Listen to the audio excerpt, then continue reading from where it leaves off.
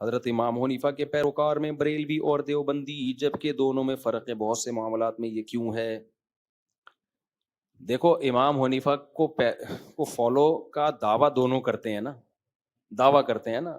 اب اس دعوے پہ کون پورا اترتا ہے نہیں اترتا یہ ایک الگ بحث سے. تو بہت سے لوگ قرآن و حدیث پہ چلنے کا دعویٰ کرتے ہیں، دعویٰ کرنے پر گورنمنٹ کی طرف سے کوئی پابندی نہیں ہے، دیکھا جائے گا کہ یہ دعوے پہ اترتے ہیں کہ نہیں اترتے. تو ایسے ہی بریلوی حضرات دعویٰ کرتے ہیں امام حنیفہ کو فالو کرتے ہیں. بھائی فالو کہاں کرتے ہیں امام حنیفہ کے عقائد؟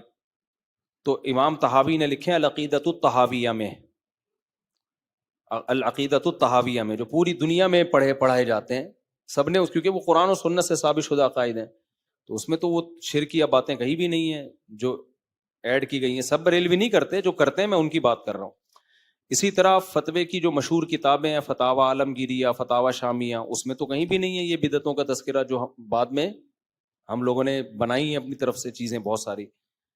تو فالو کریں تو پھر یہ اختلاف ختم ہو جائے نا. فالو کرتے نہیں ہیں، سمجھتے ہو کہ نہیں سمجھتے؟ فالو کریں گے تو امام صاحب نے کہاں لکھا ہے کہ یہ قوالیاں اور قبر پرستی؟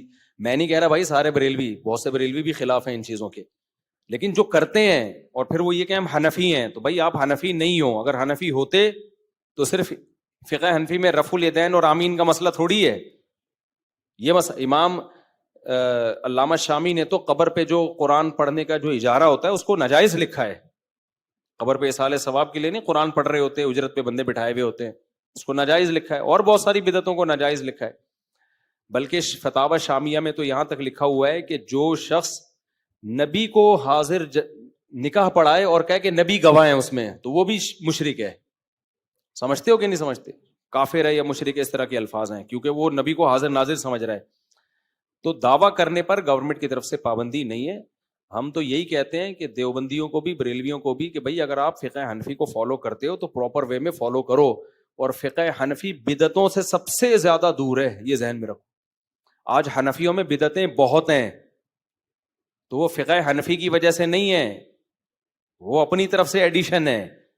ورنہ امام ابو حنیفہ کا بدعت سے کوئی دور دور کا بھی تعلق نہیں ہے. بہت سی چیزیں امام حنیفہ کے کھاتے میں ڈالی گئی ہیں جن کا امام صاحب سے کوئی دور دور کا بھی واسطہ نہیں ہے. بہت سے لوگ اسلاف کے طریقے پہ چلنے کا دعویٰ کرتے ہیں جبکہ ان کے مسائل اسلاف سے بالکل خلاف ہیں.